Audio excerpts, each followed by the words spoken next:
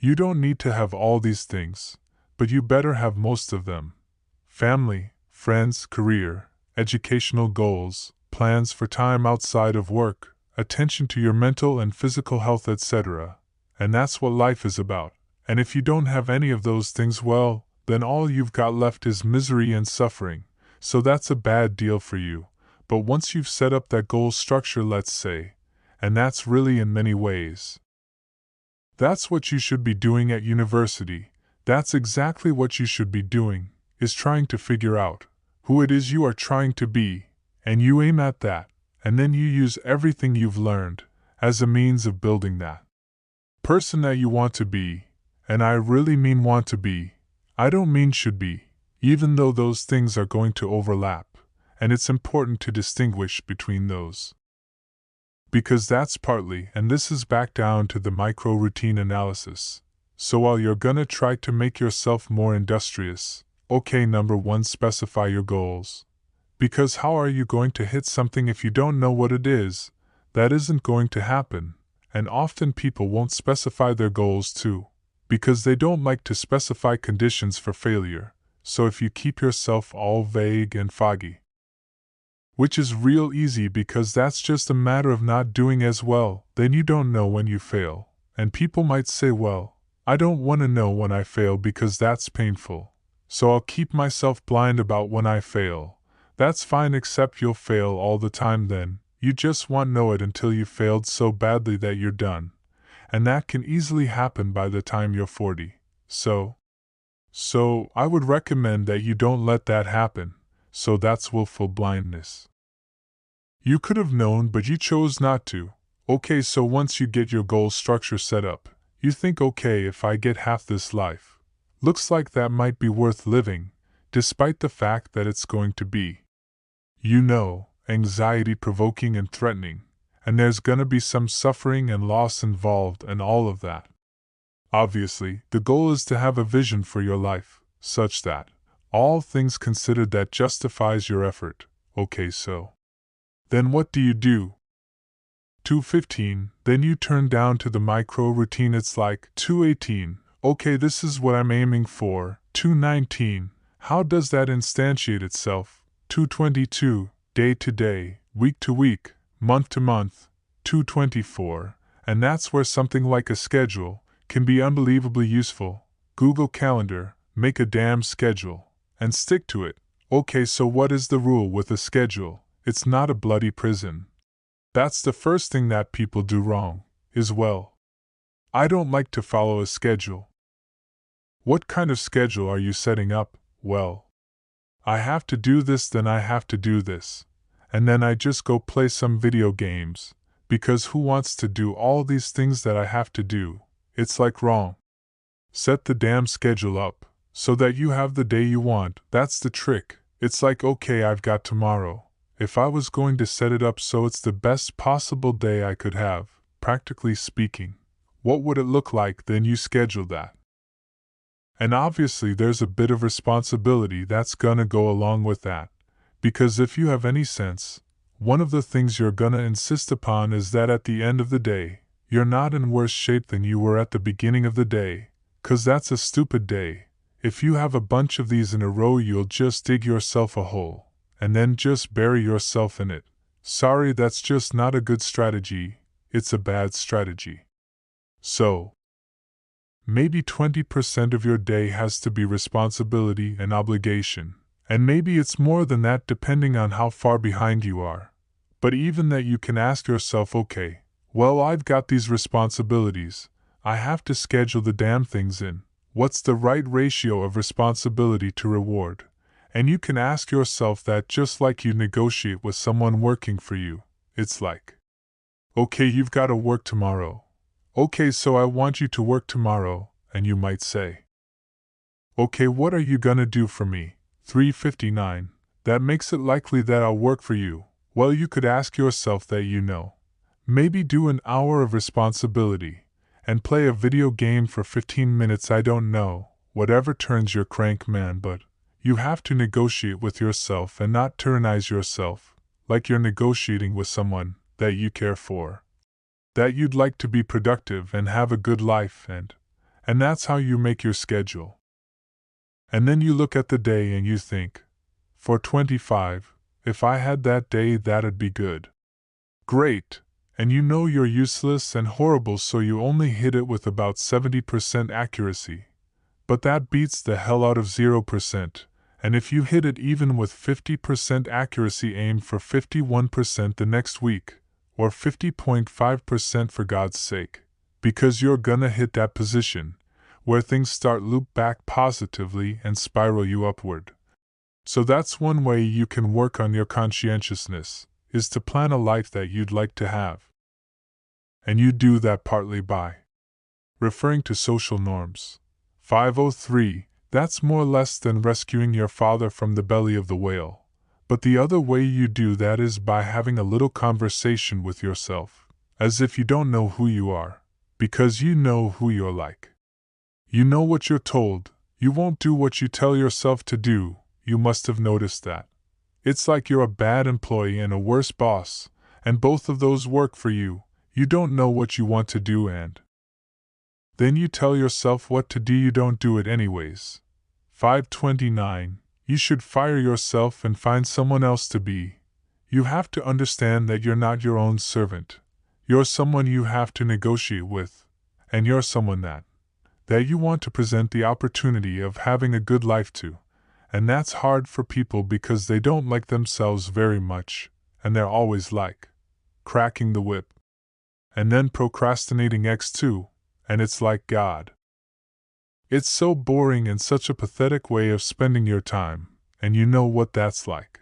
Because you probably waste like 6 hours a day, and I think we did an economic calculation about that a while back. Your time is probably worth $50 an hour, something like that. I mean, you're not getting paid that now. But you're young. So this is investment time. What you do now is going to multiply its effects in the future.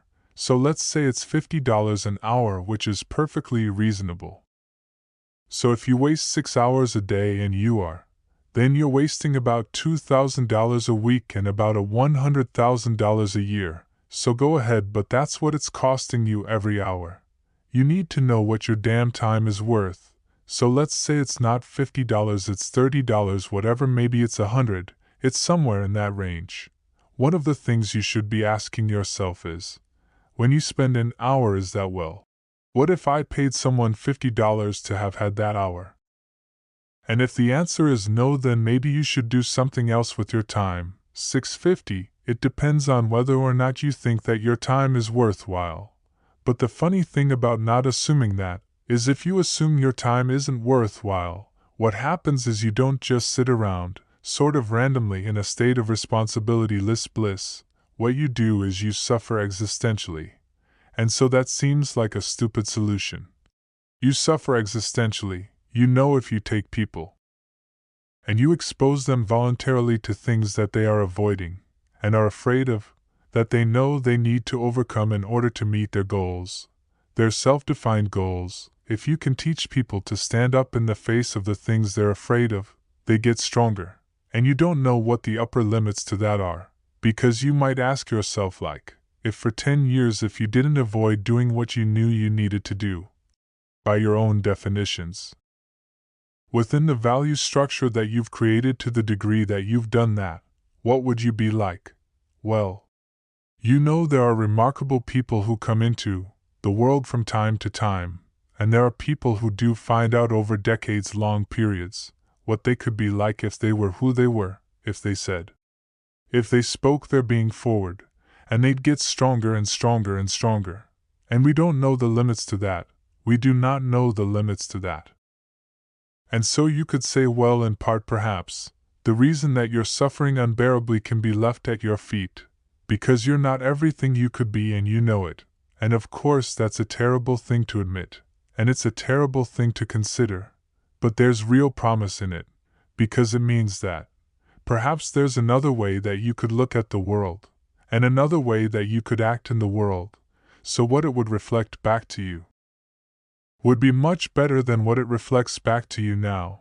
And then the second part of that as well, imagine that many people did that. Because we've done a lot as human beings, we've done a lot of remarkable things, and I've told you already. I think before, today for example about 250,000 people will be lifted out of abject poverty, and about 300,000 people are attached to the electrical power grid. We're making people. We're lifting people out of poverty collectively. At a faster rate that's ever occurred in the history of humankind by a huge margin. And that's been going on unbelievably quickly since the year 2000. The UN planned to have poverty between 2000 and 2015, and it was accomplished by 2013. So there's inequality developing in many places, and you hear lots of political agitation about that. But overall, the tide is lifting everyone up, and that's a great thing, and we have no idea how fast we can multiply that. If people got their act together and really aimed at it, because my experience is with people that were probably running at about 51% of our capacity. I mean, you can think about this yourselves. I often ask undergraduates how many hours a day you waste, or how many hours a week you waste, and the classic answer is something like 4 to 6 hours a day. Inefficient studying. Watching things on YouTube that not only do you not want to watch, that you don't even care about, that make you feel horrible after watching after you're done. That's probably 4 hours right there. Now you think, well, that's 25 hours a week, 100 hours a month. That's 2.5 full work weeks. It's half a year of work weeks per year. And if your time is worth $20 an hour, which is a radical underestimate, it's more like $50 if you think about it in terms of deferred wages. If you're wasting 20 hours a week, you're wasting $50,000 a year, and you are doing that right now, and it's because you're young. Wasting $50,000 a year is a way bigger catastrophe than it would be for me to waste it, because I'm not gonna last nearly as long.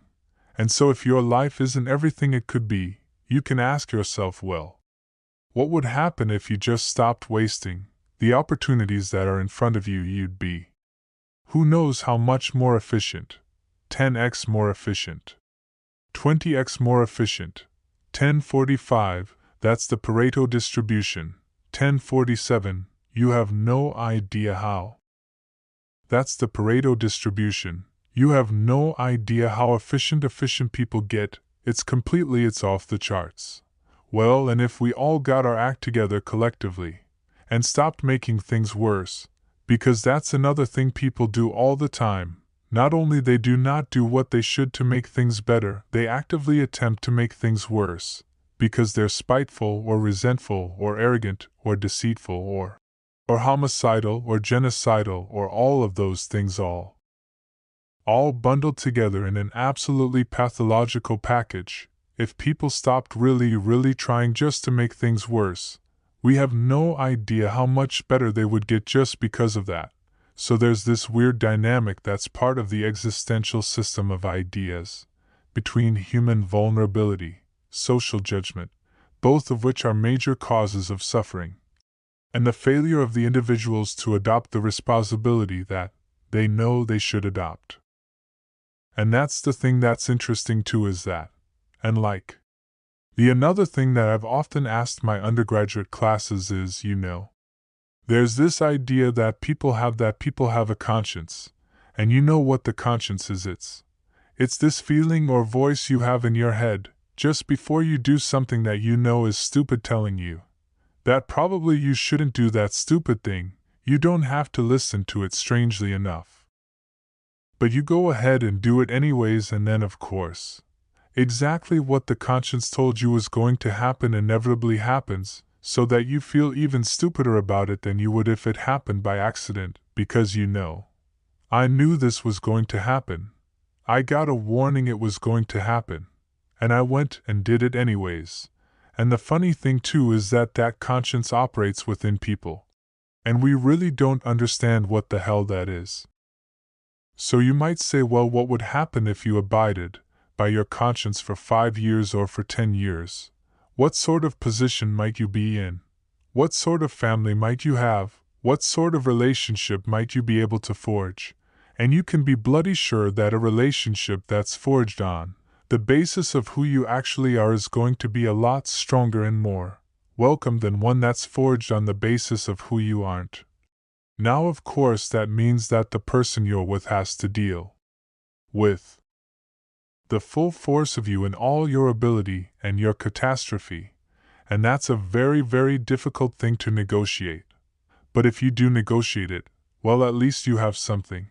You have somewhere solid to stand, and you have somewhere to live. You have a real life. And it's a great basis upon which to bring children into the world, for example, because you can have an actual relationship with them instead of torturing them half to death, which is what happens in a tremendously large minority of cases. Well, it's more than that too, and this is what I'll close with. And this is why I wanted to introduce social nets as ratings to you. Social nets, you see, because it isn't merely that your fate depends on whether or not you get your act together, and to what degree you decide that you're going to live out your own genuine being. It isn't only your fate. It's the fate of everyone that you're networked with. And so you think, well, there's 7 billion people in the world. We're going to peak at about 9B, by the way, and then it'll decline rapidly, but 7 people in the world, and who are you? You're just one little dust mote among that 7 billion, and so it really doesn't matter what you do or don't do, but that's simply no the case. It's the wrong model, because you're at the center of a network. You're a node in a network. Of course, that's even more true now that we have social media. You'll know 1,000 people at least over the course of your life, and they'll know 1,000 people each, and that puts you 1 person away from 1 million, and 2 persons away from 1 billion, and so that's how you're connected, and the things you do, they're like dropping a stone in a pond. The ripples move outward and affect things in ways that you can't fully comprehend. And it means that the things that you do and that you don't do are far more important than you think. And so if you acted, of course, the terror of realizing that is that it actually starts to matter you do. And you might say, well, that's better than living a meaningless existence. It's better for it to matter. But I mean, if you really asked yourself, would you be so sure if you had the choice? I can live with no responsibility whatsoever, then the price I pay is that nothing matters. Or I can reverse it and everything matters. But I have to take the responsibility that's associated with that. It's not so obvious to me that people would take the meaningful path. Now when you say, well, nihilists suffered dreadfully because there's no meaning in their life, and they still suffer, yeah, but the advantage is they have no responsibility. So that's the payoff, and I actually think that's the motivation. Say, well, I can't help being nihilistic, all my belief systems have collapsed. It's like, yeah, maybe you've just allowed them to collapse because it's a hell of a lot easier than acting them out. And the price you pay is some meaningless suffering, but you can always whine about that and people will feel sorry for you.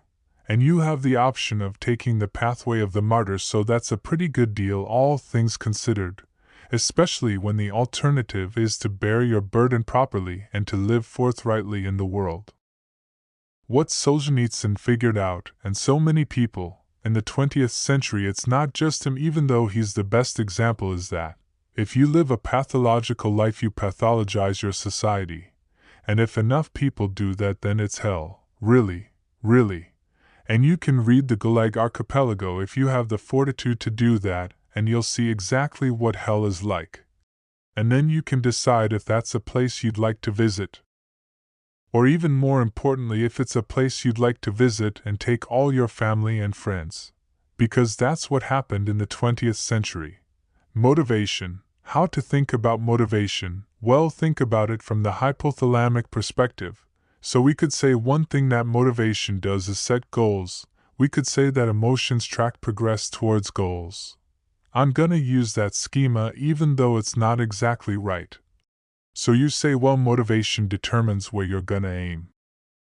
So if you're hungry, you're gonna aim at something to eat, and then that will organize your perceptions, so that you zero out everything that isn't relevant to that task, which is almost everything. You concentrate on those few things that are going to facilitate your movement forward when you encounter those things that produces positive emotion, as you move through the world towards your goal. And you see that things are laying themselves out that facilitate your movement forward. Those things cause positive emotion. And if you encounter anything that gets in the way, then that produces negative emotion, and it can be like threat because you're not supposed to encounter something that gets in the way. It can be anger so that you move it away. It can be frustration, disappointment, grief. Those would. If you had a response that's serious to an obstacle, it would probably punish the little motivated frame right out of existence. You know. So you walk downstairs and the contracting company has set a wrecking ball through your kitchen. It's like, that's going to be disappointing. You're not going to keep eating the peanut butter sandwich in the rubble. That little frame is going to get punished out of existence. And some new goal is going to pop up instead. And you know, one of the things we're going to try to sort out is how do you decide when you've encountered an obstacle that's so big that you should just quit and go do something else because that's not obvious. You know, and you can get into counterproductive persistence pretty easily. So, we don't know how people solve that problem. It's a really complicated one. So anyways, we're gonna work on that scenario. Your hypothalamus pops up micro goals that are directly relevant to biological survival, that produces a frame of reference. So it's not a goal, it's not a drive, and it's not a collection of behaviors. It's of little personality, and the personality has a viewpoint. It has thoughts that go along with it, it has perceptions, it has action tendencies, all of that. You can see this in addiction, most particularly. So one of the things that you find often with people who are alcoholic is they lie all the time, and that's because they built a little, alcohol-dependent personality inside of themselves. Or a big one. Maybe it's 90% of the personality. And one of the things that consists of is all the rationalizations that they've used over the years to justify their addiction to themselves and to other people. And so the addiction has a personality. And so when the person is off, maybe they're addicted to meth or something like that, where we know that the addiction is more short-term powerful that I would say than an alcohol addiction, they'll say anything, and the words are just tools used to get towards the goal. And if they happen to be deceptive, whatever, it doesn't matter. They're just practical tools to get towards the goal, and then when you get towards the goal and you take a nice shot of meth or something like that, you reinforce all those rationales that you used to get the drug. Then, the next time you're even a better deceiver and liar. So we're gonna say motivations. One way of thinking about them is they set goals, but it's not the right way of thinking about it. They produce a whole framework of interpretation.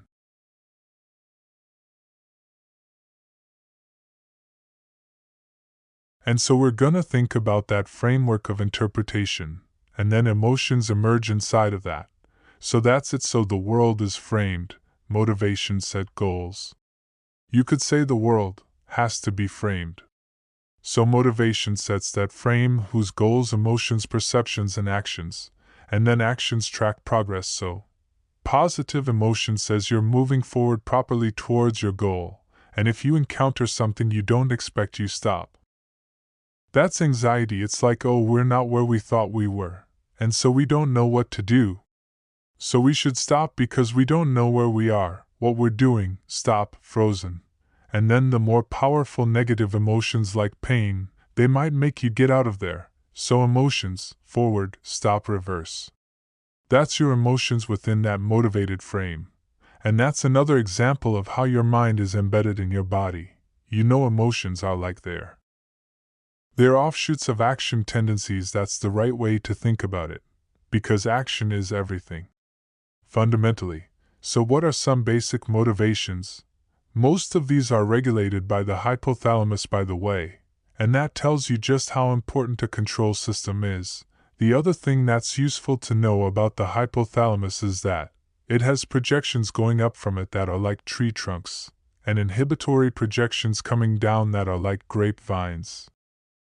So you can kind of control your hypothalamus, as long as it's not on too much, but if it's on in any serious way, it's like it wins. So partly what you do to stop yourself from falling under the dominion of your hypothalamus is to never ever be anywhere where its action is necessary. You don't want to go into a biker bar, because you might find yourself in a situation where panic defensive aggression is immediately necessary. You probably don't want that. You don't want the panic, you don't want the terror, you don't want the frenzied fight. You don't want any of that, you don't want to have to run away in absolute panic. So you just don't go there. And a huge part of how we regulate our emotions is just by never going anywhere where we have to experience them. And so that has very little to do with internal inhibitory control, and everything to do with staying where you belong, mental health. The Myth of Mental Illness by Thomas Szasz. It's a classic. You should read it if you're interested in psychology. Read it, and he basically said most people have problems in living. They don't have psychological problems. And so I've experienced, despite my love for the psychoanalysts, very frequently what I'm doing as a therapist is helping people have a life that would work. And you can parameterize that. It's like, what do you need? How about some friends? People kind of like that. How about an intimate relationship with someone that you can trust that maybe has a future? That'd be good. How about a career that puts you in a dominant hierarchy somewhere, so at least you've got some possibility of rising and some possibility of stabilizing yourself and a schedule and a routing, because no one can live without a routine. Just forget that. If you guys don't have a routine, I would recommend you get one going, because you cannot be mentally healthy without a routine. You need to pick a time to get up. Whatever time you want, but pick one and stick to it, because otherwise you dysregulate your circadian rhythms and they regulate your mood.